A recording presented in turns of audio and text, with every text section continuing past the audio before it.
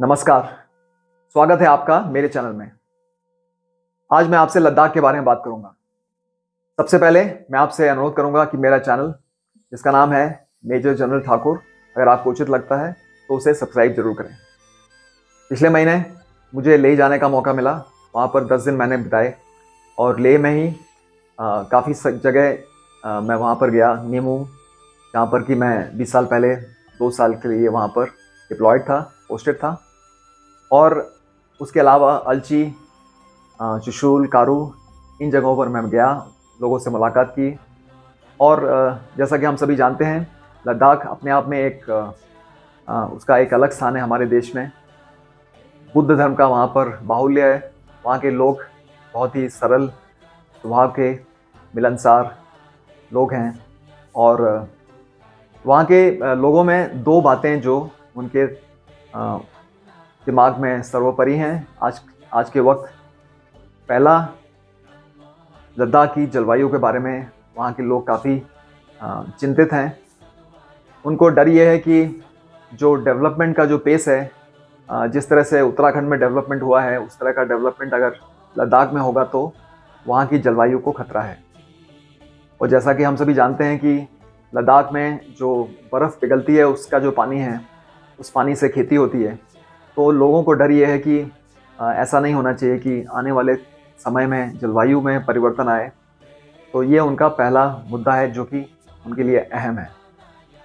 और दूसरा मुद्दा ये है कि उनकी ज़मीन, लद्दाख के लोगों को चिंता है कि बाहर के लोग वहाँ पर अगर आएंगे और बड़े लोग आएंगे और बिज़नेस वहाँ पर इस्टेब्लिश करेंगे तो उनकी ज़मीन से उनको वंचित किया जाएगा। तो ये बात इस बात का उनको चिंता है, डर है। उनको ये लगता है कि उनकी जो आने वाली पीढ़ी है, उनके लिए फिर बाद में समस्या खड़ी हो जाएगी। तो ये दो चीज़ें हैं जो कि उनके दिमाग में हैं। और लेह में मेरी मुलाकात रियाज़ अहमद जी से हुई थी और उनसे मेरी बातचीत हुई। और ये बातचीत मैं आपको अभी दिखाना चाहता हूँ। तो चलिए देखते हैं लेह के श्री रियाज़ अहमद जी से हमारी जो बातचीत है वो कैसी रही। नमस्कार रियाज़ भाई, मैंने रिकॉर्डिंग शुरू कर दिया है और मैं आपसे जानना चाहता हूँ कि जो सरकार ने जो यूनियन टेरिटरी स्टेटस दिया है लद्दाख को, उसके बारे में काफ़ी अभी 4 साल हो गए हैं, तो उसके बारे में आप क्या कहना चाहते हैं? देखिए साहब, मैं ये कहना चाहता हूँ कि हमारे लद्दाख के लोग दफ़ा 370 या 35 से यहाँ पर कश्मीर के वक़्त था, हमारा सेफ था। लेकिन हम लोग उस वक़्त भी हम यूटी विथ लेजिस्लेचर मांग रहा था। तो हमने ये सोचा भाई यूटी विथ लेजिस्लेचर तो सिर्फ मोदी साहब दे सकता है। इसलिए हमने लद्दाख के तमाम लोगों ने एमपी हमारे बाबा कौम सुल्तान साहब को कांग्रेस से एनसी से छीन के 2 दफ़ा दिया है ताकि हमें यूटी विथ लेजिस्लेचर मिले सोच के। लेकिन लोगों का ये ख्वाहिश था कि हम अपने पाँव पर खड़ा हो, लद्दाख के लोग, और अपना आइडेंटिटी रखें, क्योंकि हम बॉर्डर का रहने वाला है। हम विदाउट यूनिफॉर्म सोल्जर है।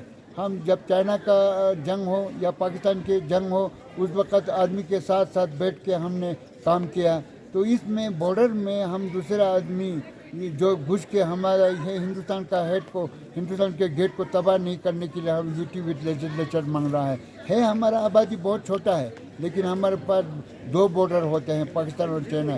इसलिए हमने पाकिस्तान से और चाइना से मुकाबला करने के लिए आर्मी के लिए अवाम बहुत ज़रूरी है।